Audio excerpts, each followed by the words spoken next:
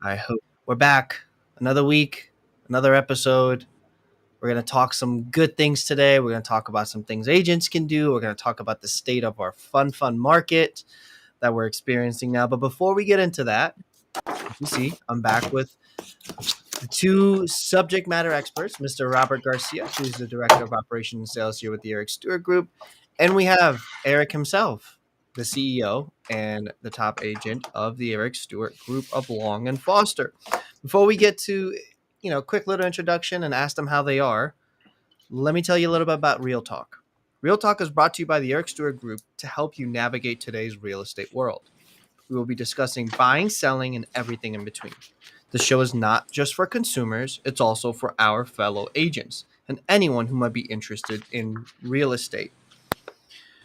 Gentlemen, thanks for joining me again. I appreciate you guys coming on. How are we doing this morning? We're doing good, doing good. Good morning, everybody. Thank you, Amir, for having us back and to putting these very informative live videos. So appreciate that. And we're navigating the real estate market of 2022. That's what we are doing right now. Eric, how's the surf going with the real estate market? Guys, good. Thanks. Everything is going great. How's Good. Well, Eric is surfing still, so that's good. We're surfing the market. So let's get into some of the things we're going to discuss today. So some of our topics that we'll go through is how to continue to see success as an agent in today's market. As we say, the show is not just about for the consumers, it's also about our fellow realtors. So today we're going to actually discuss this, and I'm excited for this, to discuss this with Eric and Robert on how they still, how Eric has been able to see so many recessions and be as successful as he's been and have a team, and Robert, I'm with him through some of those recessions and all the fun stuff. How can we still be successful as agents in today's market specifically? Then we're going to get into the fun stuff, the numbers, the mortgage rates and recessions, the inventory, the buyer demand, the rate projections, and then the way we're going to end it is a market prediction from our two subject matter experts. We're going to hold them to this because we're going to revisit this in the next quarter and say, hey, what do you guys think? So before we get, we're just going to jump into it. Eric, do you hear us still? I can hear you fine. Perfect. I had a little trouble with the microphone connection here, but so yeah, this is going to be good. A great show here. I'm excited because this is on every news show. Where are we going? Are we almost there? And how do we handle ourselves as real estate? We're working with sellers who need to sell their homes. For us not to react in a panic, but rather to reacting about how we can guide our clients through to get top dollar. So yeah, I mean, I'm glad we can chat. Panic reactions are never fun reactions, but let's jump into it. So the first topic, success in a changing market. What I have here is the stepping stone that we take a lot of our agents through, whether it's training that Eric does, the help that Rob provides to most of our agents, vision, goal, plan, action, and success. That's how majority of businesses can work themselves through these recessions or become recession proof. But Eric, and this is really for you, as someone who has seen a few down markets, and we've discussed this, and you've kind of told us, some stories, some fun stories about those down markets you've experienced. But as someone who's seen a few down markets, what are some things you did to continue to stay in business? Because if you think about it, majority of small businesses go out of business within the first 5 to 7 years. And honestly, that's just because they don't have a plan in place. They don't know what's going to happen. When that market shifts, it's panic mode, right? And so how have you been able to continue to stay in business and also still have a successful team? Amir, of selling homes and specialness. I've seen this time through a maybe fourth time, depending upon how you look at a recession in overall real national economic feeling, right? This is a cycle that's taken place because of the interest rates. The 3%, below 3% last fall, 3% back close to 6%. They're a little bit less than that now, but the overall and that word is so good because spec is like the sea, and a prospect is looking to go someplace, trying to make a decision to make somebody who's really thinking about going forward in whatever, a prospect to buy jewelry or a prospect to buy real estate in this example is somebody's looking at when you cloud a buyer's ability to get through purchasing, then that is no, because they can't see forward, right? And so we've prospects pretty substantially, and we've seen whether it was the Great Recession back in 2000, which was we had a credit crisis that was going on during that window, or going back to when I first started in real estate, we were doubling economic environments were plentiful. We were in a run up over a 5-year period, but in 1990, we went into a little bit of a recession in the DC, and prospects are still out there. It's important, and I'll just tie up the have to exercise faith. Faith is knowing something is true and believing it, see it, or put our hands around it, right? State, we see clearly that's lending, houses going to contract. Buyer. Question is, if we've got a smaller pool of prospects to assist in buying, you have to be on the like a prospector, right? Like think of the Old West, somebody who goes and shovels and pans gold. You've got to do a lot more panning for gold to okay. So have the faith. We know as agents that the market is not going to just die apart. The economics of our country is still. We do think that if you have faith that's like doing some things well. If you don't know how to prospect, that's maybe a good reason for you to continue to be here. We're bringing you the truth in real estate. We're telling. Have faith. Exercise that faith. And is another one, and I'll just throw that out. It's important now when we're feeling somewhat sad or feeling of getting the business that we really like. Go to a gym. You can join gyms locally for a month. Take classes where other people are leading you through those classes. Be fairly religious about it. 2, 3. Keep your health strong. People will see it to you. You want to do business with you. Plus, you make relations turn into business. I'm speaking as one who knows this. So, yeah, I mean, those are some great points for all of us to think about. I mean, having that faith, continuing to work within that faith, as you said, going back to the basics, right? Like it's always about fundamentals. Tim Duncan was successful because he mastered the bank shot, right? Little step back, little bank shots, but those were the fundamentals. And so the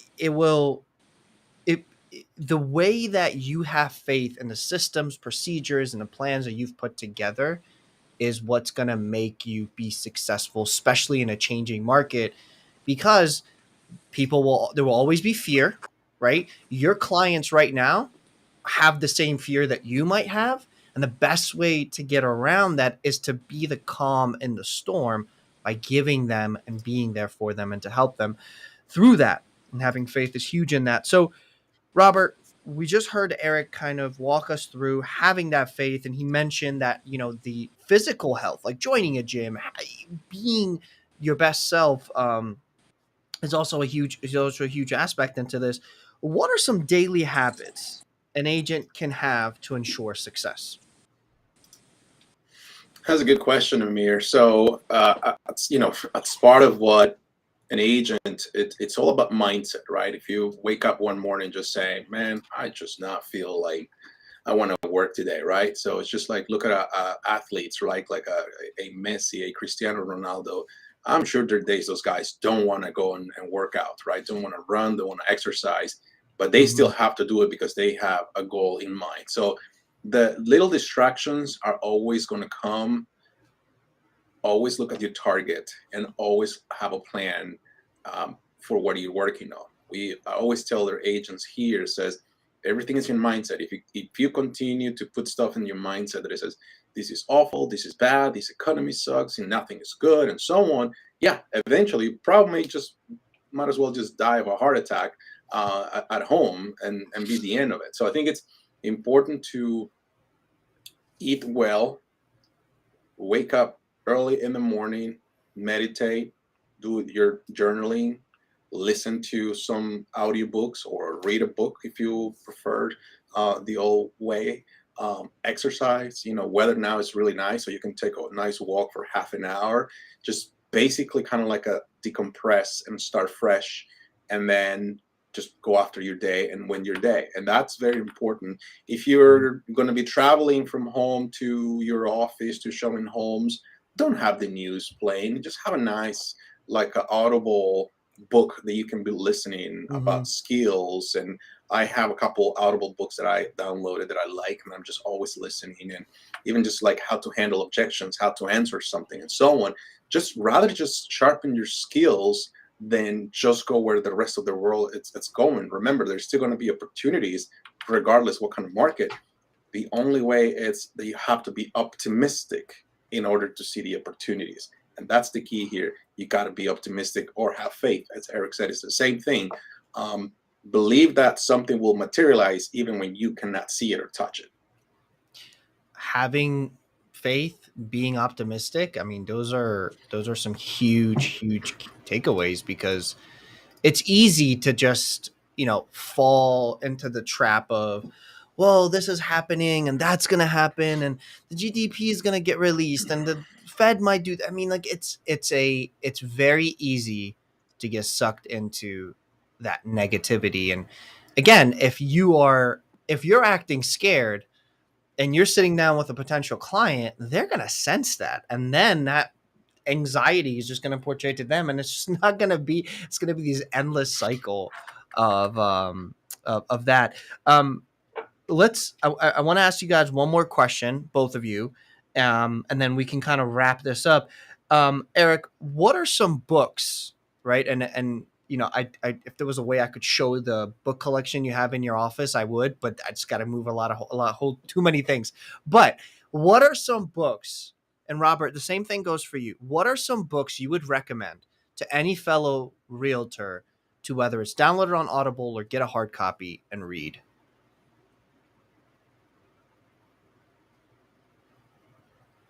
Eric, we don't have your audio. Well, maybe. Well, okay, there we go. There we go. So, about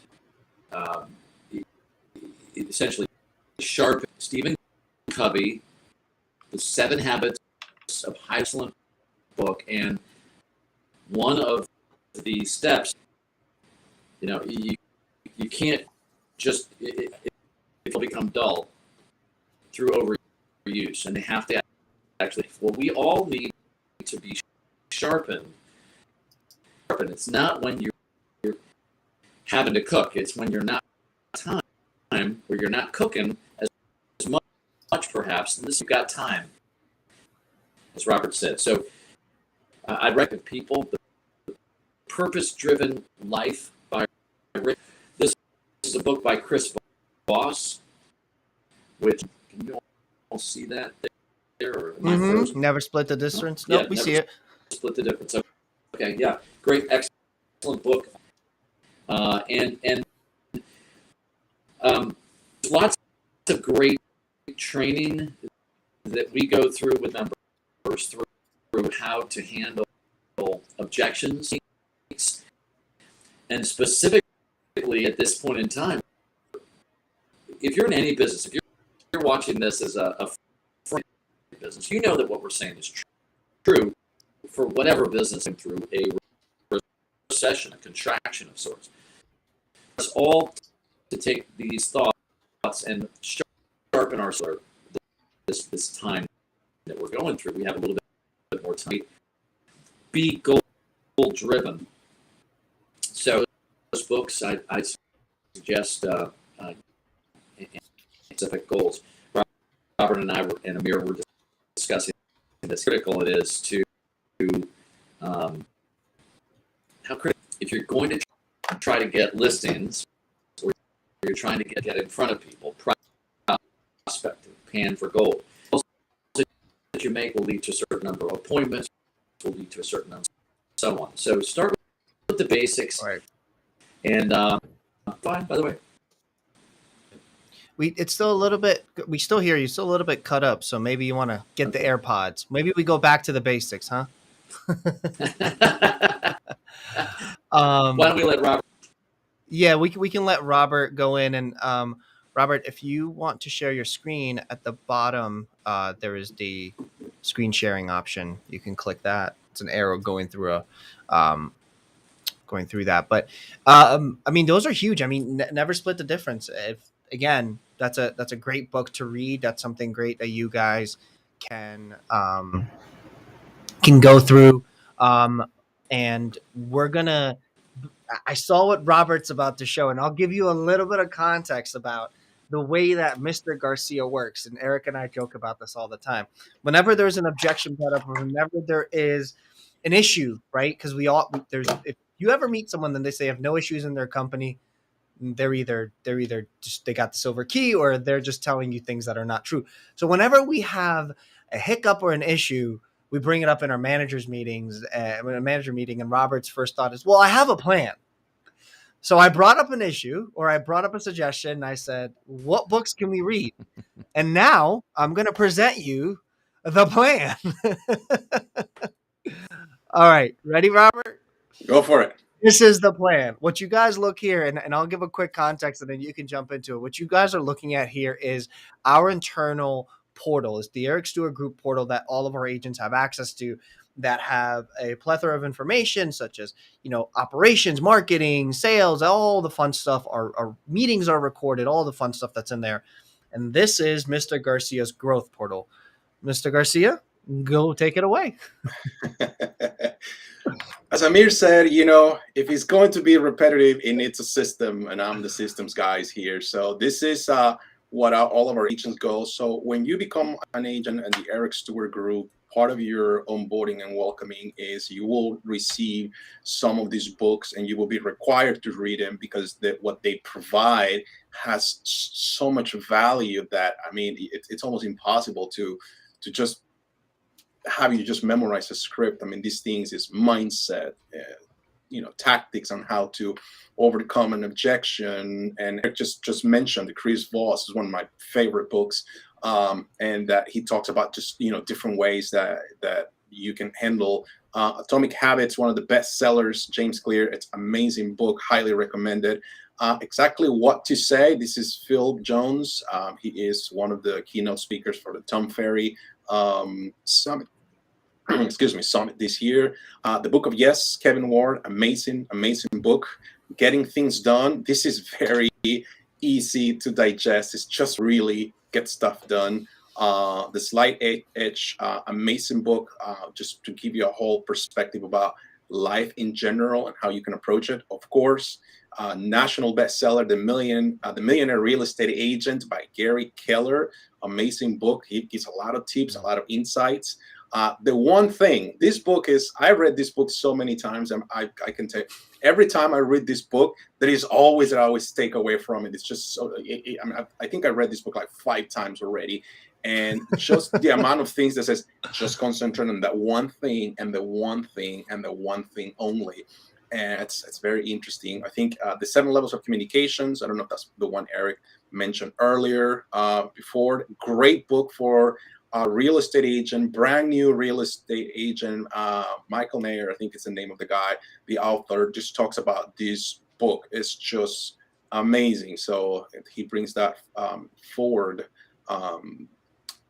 about, how you go in life about other people. Ninja selling, very unique way of preparing for selling. Nice way. I've taken their class. It's pretty awesome. Brandon Molrening, it's reverse selling. A great guy, has a channel too. A lot of tips for agents. The 12-week year, another great book that I highly recommend. Now, you say, well, Robert, I don't really like to read as much. It's boring. I fall asleep. Yeah, I have the Audible, I bought the credits. But I just don't want to do it. Okay. You want a podcast? Okay, we have the best podcast for you too. Gary B, Bigger Pockets, Pat Hyben, Unlisted. This is by Brad Inman, one of the biggest, well-known marketing companies and for real estate agents. Real estate, Tom Ferry, one of my favorites. Brian Buffini Show, the Yes Talk, and this is some of just the favorites here. I mean, there's some other stuff out there that you can potentially go over, but you see, I'm preparing people right mindset mentally. As Tom Ferry says, sometimes an agent's brain is a scary place to be, right? And he really stresses that out every time. It's just because we always think of the worst, never of the best, right? And that's one of the things. So rest assured, if you're part of the Eric Stewart group, there's a lot of tools over here that we will give you. As Amir said, we have our agent success portal where we have everything from A to Z, buying and selling and everything in between. You'll find it in that portal. As you can tell, when we bring up issues, the systems guy quickly spruces up into it. Let me just add, please add to that, because and Amir and I, one of the have confidence within a difficult market too is by having the consistency and knowing certain things consistently each time. Real estate, an agent's brain, because as agents, we're reading, it's definitely something that if your system is in place, either through your broker or you can't rely on a backbone to become very successful as a real estate agent. And so we have really high agent productivity. It's really produced very well.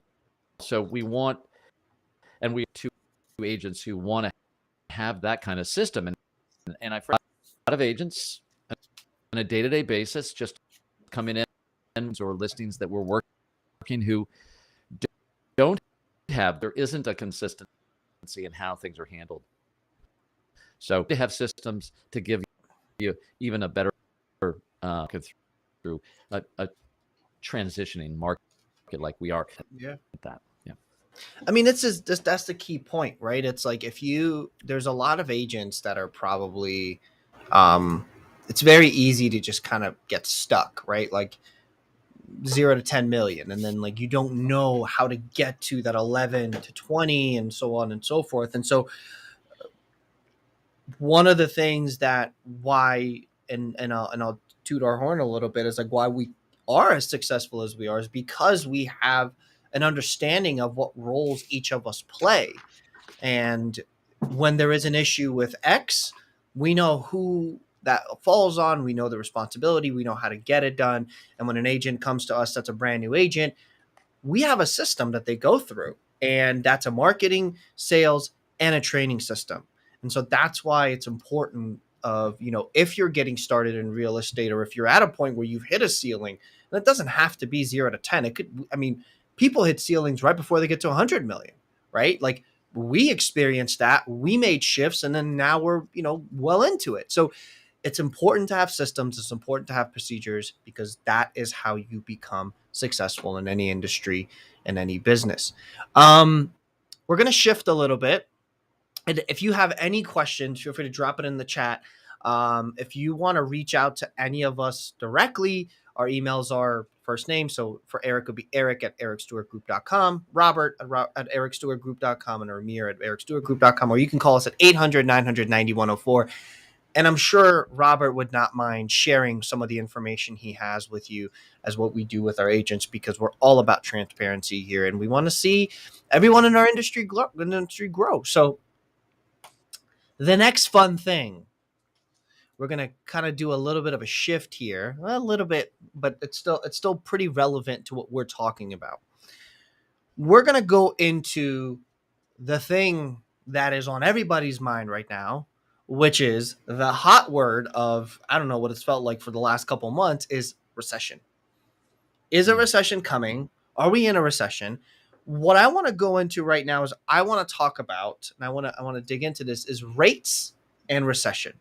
Because if we look at these, you will see a breakdown, and this is from this is national numbers. This is not specific to Maryland, DC, or Virginia, or any other. It's just all national numbers. What you will see is the era, right, and how long the recession was, and then where those mortgage rates look to. And you'll see they went from 16 to 11, 18 to 13, 11 to 8, so on and so forth. And then you'll see the one that we came out of in April of 2020, which was the COVID-19 recession.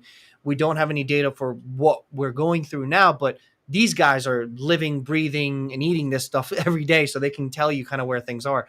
But Robert, you look at this graph, right? Or you look at this rates and recessions, and you're sitting down with a buyer or a seller, not really more sellers, because this doesn't really pertain to them unless they're looking to buy somewhere else, but you're sitting down with a buyer. How do you help them understand this, what they're looking at, as they're staring into this recession that they're looking at? So this is a very interesting data that it has many ways to be studied and analyzed. But what I always tell people is, listen, even with the increase in interest rates that we're having right now, if you compare to what was happening in the early 1990s, you will be paying a lot more in interest rates in the early 80s. So right now, just to say, well, my interest rate is 5.5%. Gosh, really? Is that the end of the world? It's not. So it's still very affordable to actually go and borrow money to buy a house for so many people. But yeah, I get it. People say, well, I want to get my 3%, and that's what I want to go. I said, look, that type of market was not the normal. The normal is always being 5 to 7%, always bouncing around, that between those two numbers. But with this in mind, I always tell people, it's just, let's just work the numbers. So immediately when you tell them, what would it cost you right now to buy a $450,000 home in Montgomery County at 11% versus 5.5%? And just write that, just put that in perspective to people, that buying a home right now, it is better. And then of course you got to show them appreciation. Real estate it's an asset. It appreciates over time. So now you can say, okay, fine, you were paying 11%, but the house probably was worth $290. Now it's worth $450, and you're only going to be doing 4.5%, 5% in interest rate. So it's still a better deal than just continue to rent. And I think it's again, this is a numbers game. Once you show them the number and what's in it for them, I think they very easily understand. Now, that's a skill itself. It's not necessarily anybody can just come and talk and give so many reasons why somebody should be buying a house right now, and you're still not convincing the person. But if you're asking questions, you qualifying the question, and you are giving a very intelligent answers with data that you can use, nobody's going to say no to you unless they're not ready. They're not ready. That's a whole different story. that's huge. I mean, helping people understand it. And Eric, I would love to hear your perspective on. I mean, you've experienced a few of these fun things here, and just kind of if you can walk us through it as the changes you've seen in the market since you got into the business. And so, but what I want to highlight on, and something that Robert said, is it's huge to understand that yes, rates are higher than to what we were relatively used to because we were coming out of this COVID-19 recession. We all were on lockdown, not really spending. We got money. I mean, there's a lot of things that go into it. If you look, 80% of the money that's in circulation right now was and was printed when we were in that recession. So 80 cents on a dollar you're looking at that's in your pocket, that's from this new wave of money that was pumped into the economy. There has to be that balance. And so real estate has always and probably will always be a appreciate. I mean, that's always going to appreciate. Yes, the rates are at a different point, and to what you said, Robert, I can also understand it from a different perspective where it's like, yeah, the rates were at 18 and 13%, but the house was at $50,000. But if you look at it, that 50,000, the value of money is different now. So we can't really, start comparing things like that. But Eric, as someone who has seen and not only seen this, but experienced it and has walked many buyers, thousands of buyers and sellers through these up and downs, how are you able to really understand that anxiety, right? Like it is what it is. Like how are you able to kind of take that anxiety, understand it, and then in numbers process it for your clients? Just a little basics here. A contraction in the overall economy is what qualifies a recession if there's 2 months. And you notice that in March, April, that period, there was just a 2-month recession. And then, as Amir said, 80 printing money, flooding the economy with cash to sustain the flow of money through probably a depression, at least temporarily. We could have been in a much worse recession, and because of the contraction globally, but we flooded the market. So here, I've been through four recessions. Okay, the 90s, then the 2001, right after the dot-com recession, and then the COVID-19 recession. I think we're probably in my fifth recession to it. I think everybody sort of, and we're all being fed the same, whether it's on your Instagram or it's on your TV or your radio, or talking about how things and that contraction. It could be that we're not actually. We could be there in the next month. It could be we're still growing. Certainly in real estate, you look at the longest recession that we've been in since was a year and 6 months, and that was the Great Recession. But it's not the end of the world. It was 18 months that people are still buying and selling homes. So right. People have income, people have cash, they have ability. There's plenty of cash out. We have so much money still in our economy that has been flooded. Some of it's coming out to sustain a lifestyle and some other things. What I'm reading, that we've come to the end of this road yet. I think we're going to have more of a flattening now, and doesn't get killed through this current round. Go notice that that's the top mortgage rate in recession from January of 80 to July of 1980. At the time, the Fed chairman was a guy named Paul Volcker. Essentially said, do what we have to do. The following one in the Reagan administration, I have to check that, but 4 months that followed, literally 1 year 80 recession, our country went into another recession. That was because the Fed just raised rates to the back of inflation. And I don't know. I don't. We're going to break the back of inflation where we are right now. See the rates just fall all of a sudden. I think the behavior is probably going to. How far do we have to go in order to tamper inflation reserve for home sellers, home buyers? But at the end of it, they don't happen for very long traditionally, and ease up. That gives us a lot of faith to be able to say, hey, most recessions, minimum 2 in the last 4 recessions, the longest one we had was they were 8 months in the early 80s or early 90s, calm boom.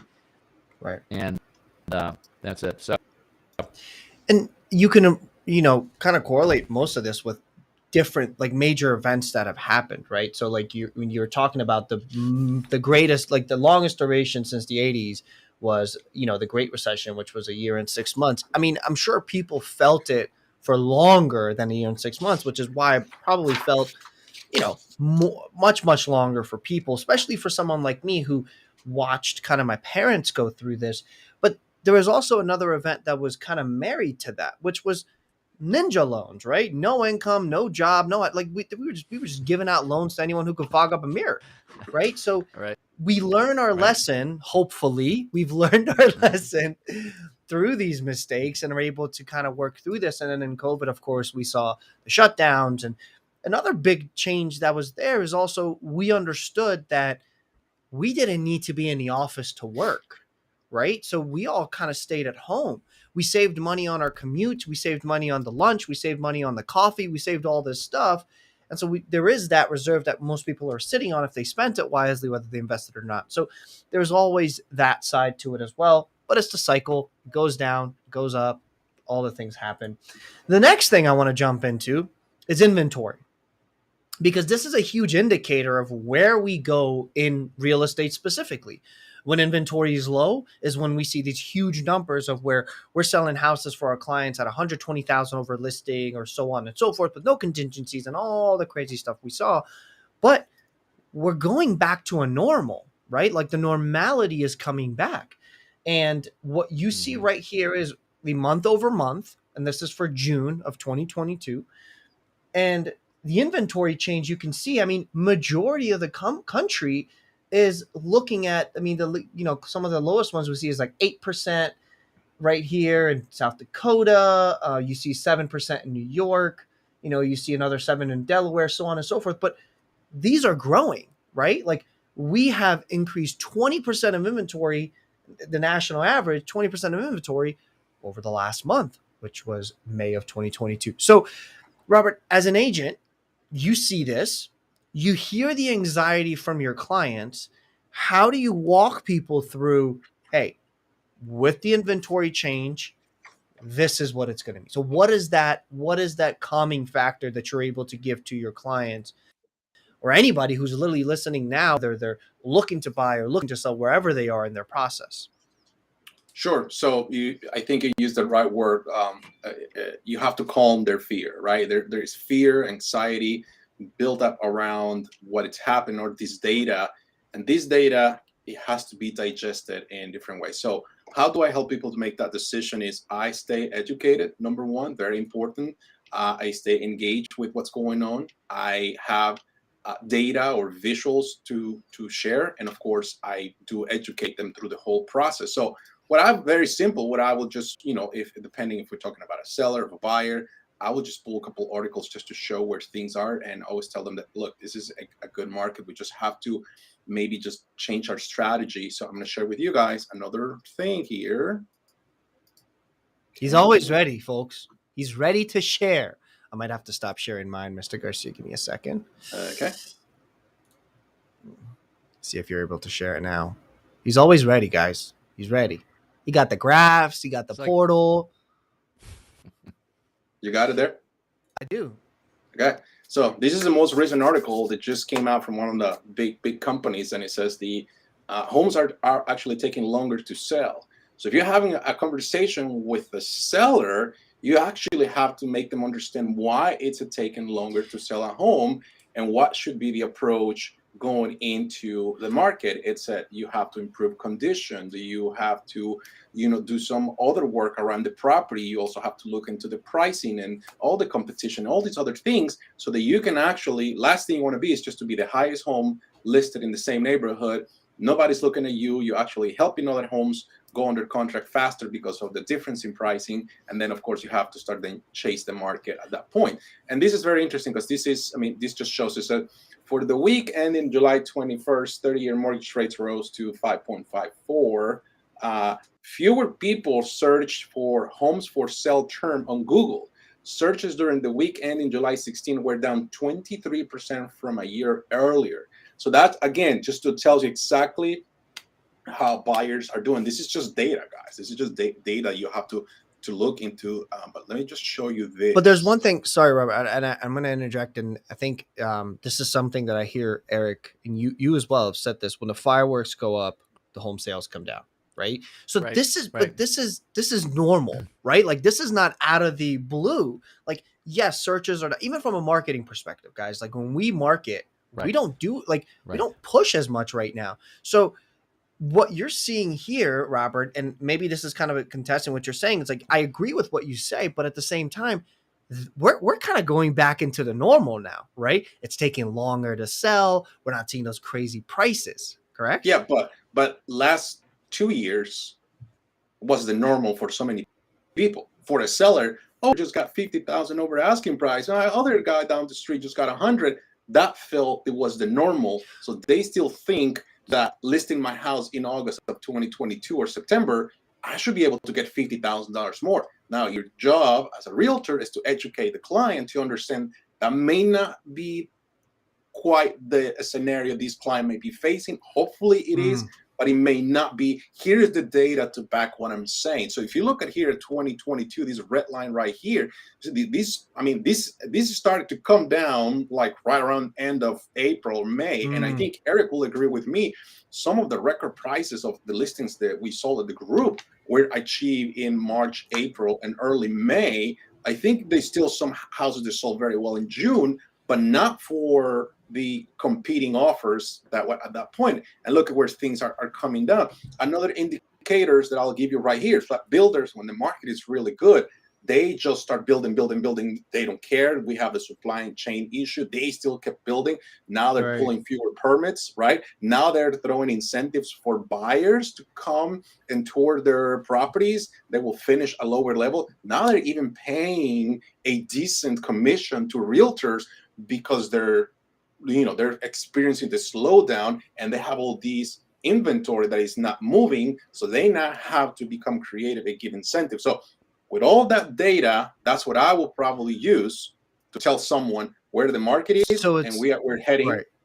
So it's safe to say, and Eric, correct me if I'm wrong here, but so it's safe to say that because of what you guys experienced in the last 2 years, you're now navigating the maze that has become the quote unquote normal of selling your house fast and for top dollar. But in reality, those 2 years were the exception to the rule, which then triggers what you guys are dealing with right now. Correct? Yeah.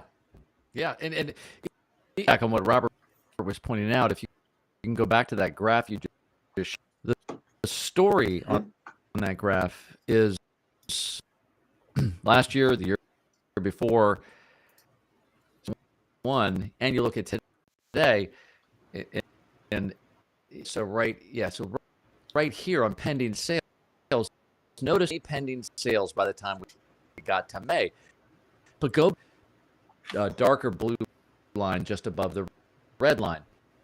The prices that were the number of pennies at a peak in May, and it started drifting lower from the year. It did that later, which is that gray line at the bottom, simply because trough down in the April time frame. And if you go to point that out there, there's a trough April, okay, a trough below that lower Right there, that line, right? Yeah. So that is the impact of the recession that we were going higher, pending sales jumped because of but still later in the year, their peak more like in July timeframe, and then it still drifted lower. Like Amir said, like Robert would say, like pretty much your best time to sell is going to be February, March, April. And then after that, the pending home sales definitely drops. So normal. It's no big deal. Mm-hmm. So the world has not fallen apart here on this. Okay, this is not. And prices achieved April, early May are the ones that settle in April. Always the end of the highest settlement, but the contract was back in April. Right, not even close to the high of the early spring. But that if you're attending now, and you're thinking about selling, you'll want to speak with us about helping you the next 8 to 9 months to get ready to take advantage of that demand that happens each spring. And that's huge. I mean, right? Like you're walking people through what is you're walking people through the maze of before COVID. This was normal. Time on the market, price adjustments, so on and so forth. COVID hits, we panic, go into a few recession, go into this downtime, push, shove money out. Oh wait, inventory's down, rates are low, everyone's refinancing, and then now we're dealing with the maze of what's happening here. I want to show this one graph, and I'll run through this before. We go to the next process, which is kind of talking about showings, right? The buyer demand. What you're looking at right now is months inventory of homes for sale. And let me give you a little quick background of what it is you're looking at here. This is how many months of inventory is there on the market. This is from NAR, which is the National Association of Realtors. So this is national numbers. Like, for example, what you guys see here is we had 4.6 months, right? So months worth of inventory back in May of, I believe, this is 2020 right here. This was 2019, and then we're going into 21 and so on and so forth. But we went into these dips right here, right? Like December, January, inventory was low.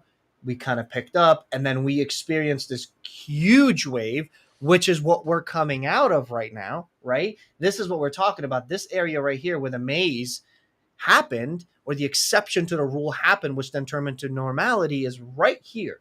1.7, 1.6, 1.7, 1.9. Prices go higher, days on the market go lower, crazy things happen. And then now that we're coming out of this, you as agents are experiencing the maze here. Eric, as someone who majority of your business is listings. How do you manage this? Like, how do you sit there with a client and go, listen, what we experienced was crazy. Now this is what we're going to do. And Robert, for you, what is a normal month's inventory of home sales that, and I know that I haven't asked you for national number, but maybe you can give us kind of the Montgomery County or Maryland number.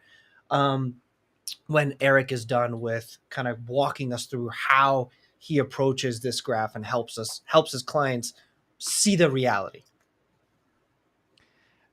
So, Amir, you have to be straight with the client. Tell them exactly. If you're not sure, because you're not doing this little bit of you're not going to know.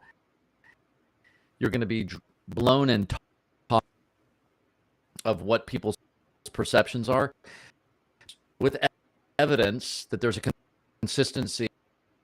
19, and you go back in time 35 years, it's the same. Our markets where there's a tightening of inventory, there's an expansion of inventory.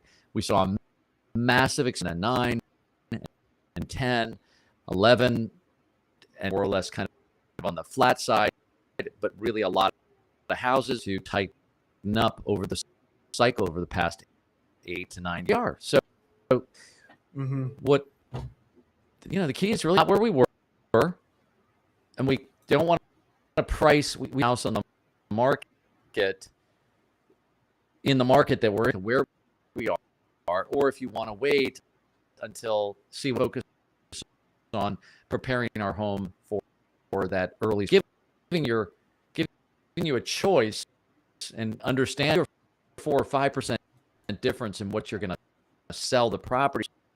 Then you might still say it's not, because you got to pay the mortgage over the next 7 or 8 or 9 months. There's life to go on, so on. So anyway, just help put them in the market now or then, because there's still not much.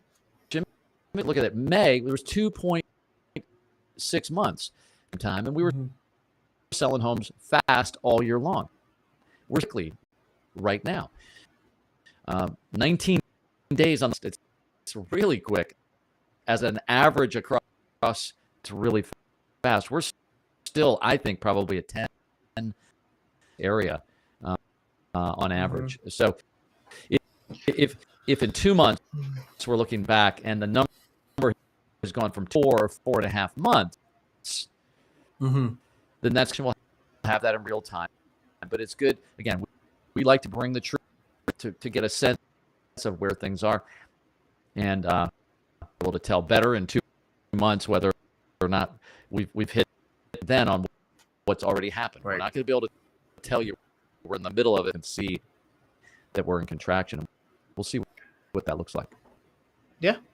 Robert, what's a normal number from a, and again, I know I'm putting you on the spot. I'm not asking you for a national number, but just give me perspective, because Eric is talking about, the specific numbers and how he's going to walk his clients through it and being transparent, right? Like that's what it's got to be. So what's a normal number based on this graph?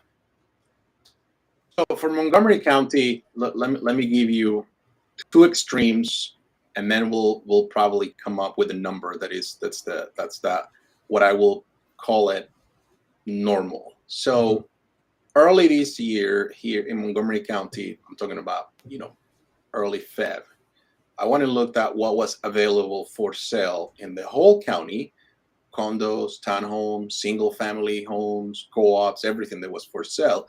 We had about a little under 600 units total for the whole county.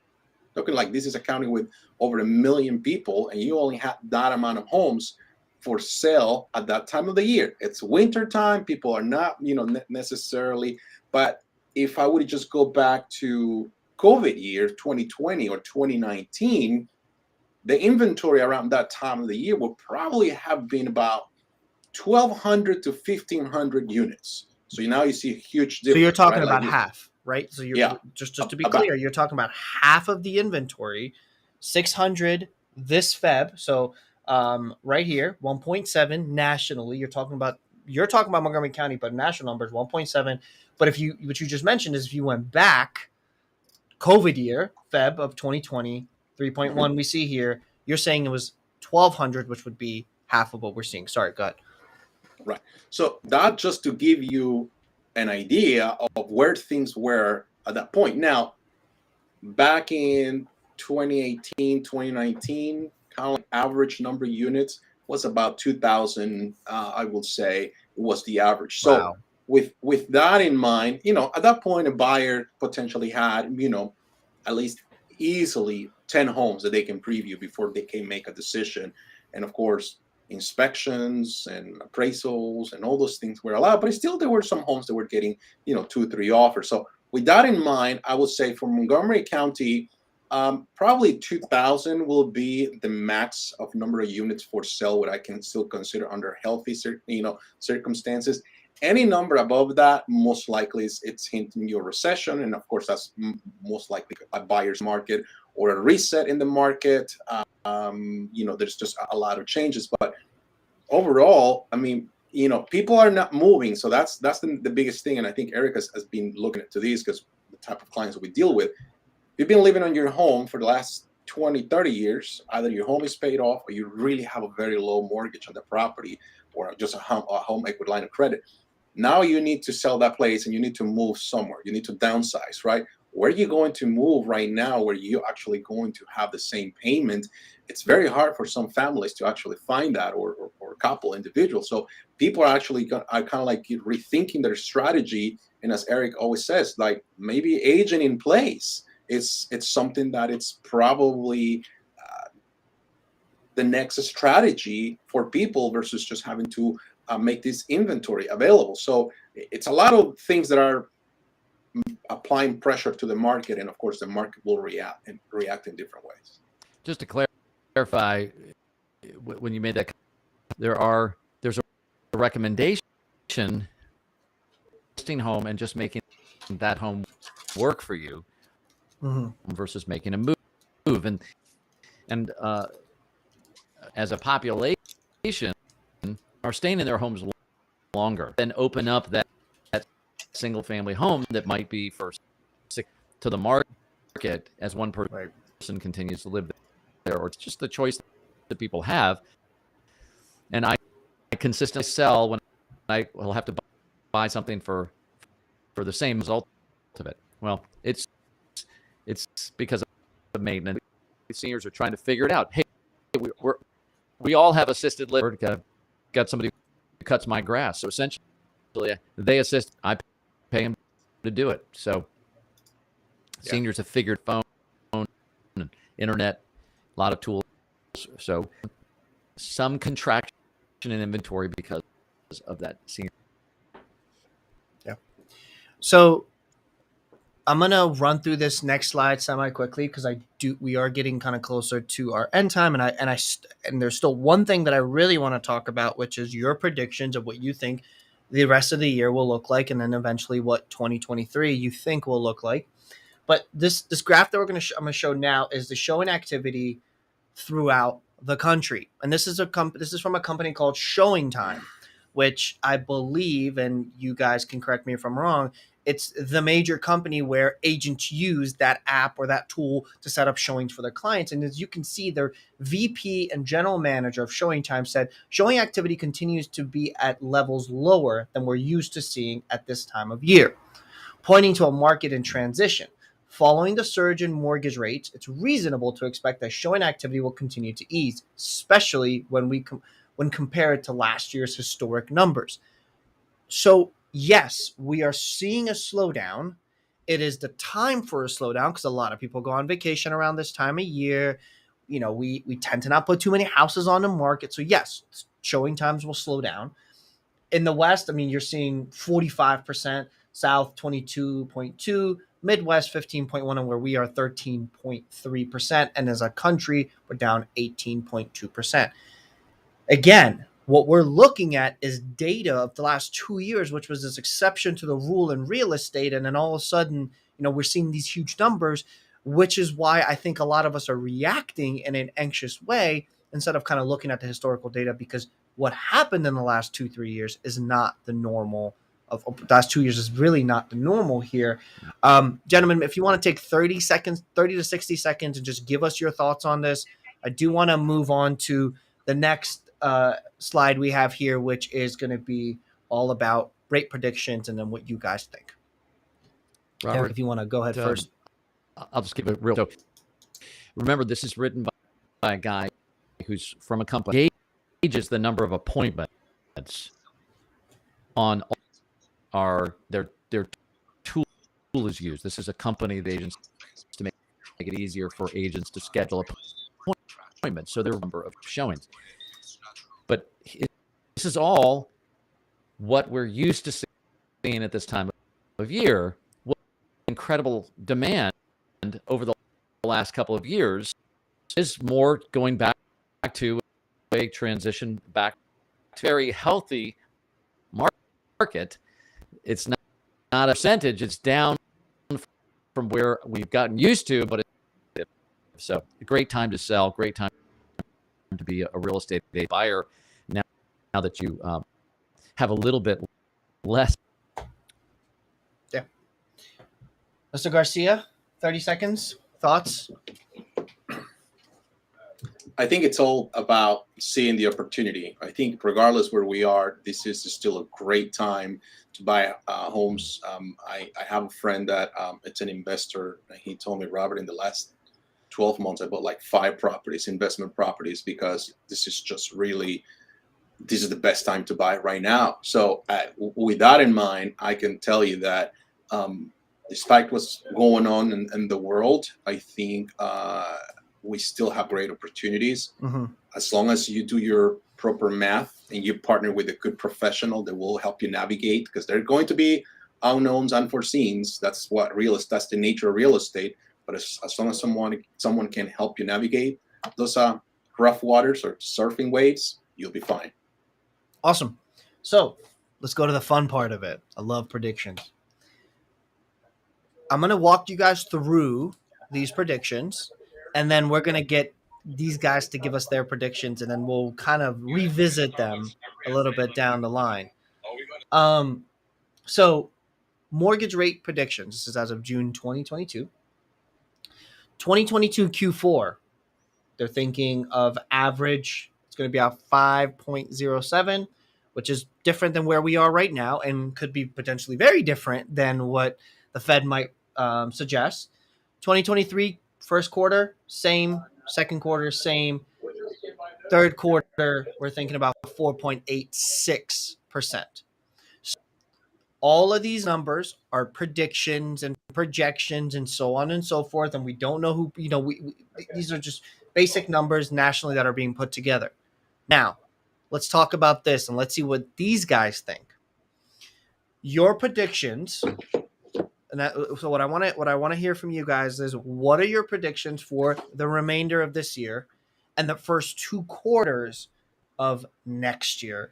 And where do you think, based on the rates, we will be as a whole, as a market in real estate? Will we still be continuing to see a bear market? Will things be what they normally were? What are your thoughts on that specifically? Eric, if you want to take us away with that and tell us what your thoughts are with what's coming up.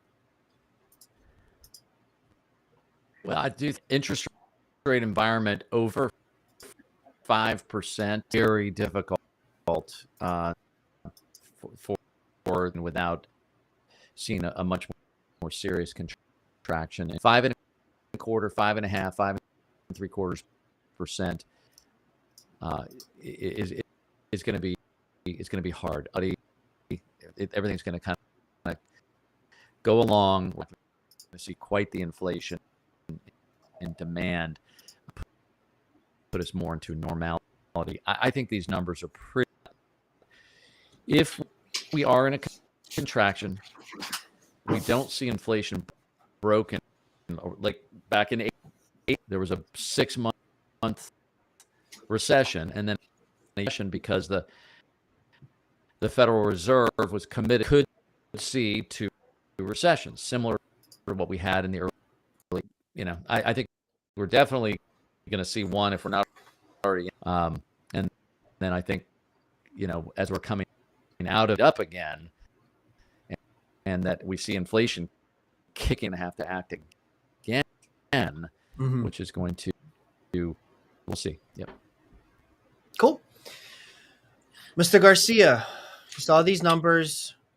We kind of quickly glanced over inventory. We heard what the general manager and VP of Showing Time said. You just heard Eric's kind of prediction of reactions and rates and kind of the direction we're going. What do you think is going to happen the rest of the year and then beginning 2 quarters of next year? I think it all depends of a couple of factors. I think this week the Federal Reserve is meeting again to increase interest rates, and I think everybody's expecting 75 basis points increase. The same time this week, the GDP results are going to come out. And also that's if in 2 quarters in a row we have negative results, that means we're in a recession. And if we go into a recession, just as a term, just speaking from the books, right, how they define what recession is.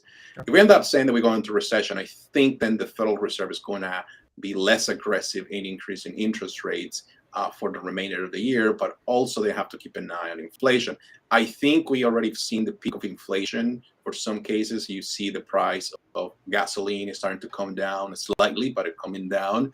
In some places, this morning, Walmart and Target announced that they are not selling all their items at the same speed they were doing it last year, which is going to force them to start reducing the prices. They are having a lot of surplus, a lot of inventory. So with those things in mind, I think that probably interest rates will line up with what we're seeing right here. Yes, there will be some cases where you'll see a spike jumping to 6% for 2 or 3 weeks and then just come down and a dip and then just come back up again. But I think that in order to keep a healthy economy and a healthy real estate market, you're probably going to be bouncing between the 5 and 6%. I am willing to say that we will go as close as 6% in short periods of time between now and Q3 of 2023. There's going to be some parts of the country that's going to probably see 6%. That's kind of like the standard rate for some areas. But a lot of things. That's just like the guy that's juggling. That's what the government's doing, juggling all these many balls right now, and they don't know, which one they need to drop first, or which one is going to be the one to drop on the floor. And of course, they have to react to it. Reactions. That's what we deal with every single day. We react. We kind of create that evolution, make sure that we're up to date on what we're talking about, and make sure that our clients are getting the best service that they can be. If you guys want more information on how to prepare, how to right size your home, all the things we talk about, of course, outside of the graphs and outside of some of the things you hear from us, but a lot of the things that the philosophies and what we believe in are in these 2 books. If you guys want access to these guides, call us today or visit us at ericstoregroup.com. Under resources, you will see all of our guides, or call us at 800-990-9104. Again, that's 800-990-9104. Thank you, gentlemen, again for joining me on this week's episode. I'm going to hold you to those predictions. We're going to come back and revisit those predictions and see how good you are in predicting what the world will throw at us. Without anything else, unless you guys have some parting words for us, we will go ahead and call it a day. We will see you guys in August with more content for you as agents, buyers, and sellers. Gentlemen, thank you.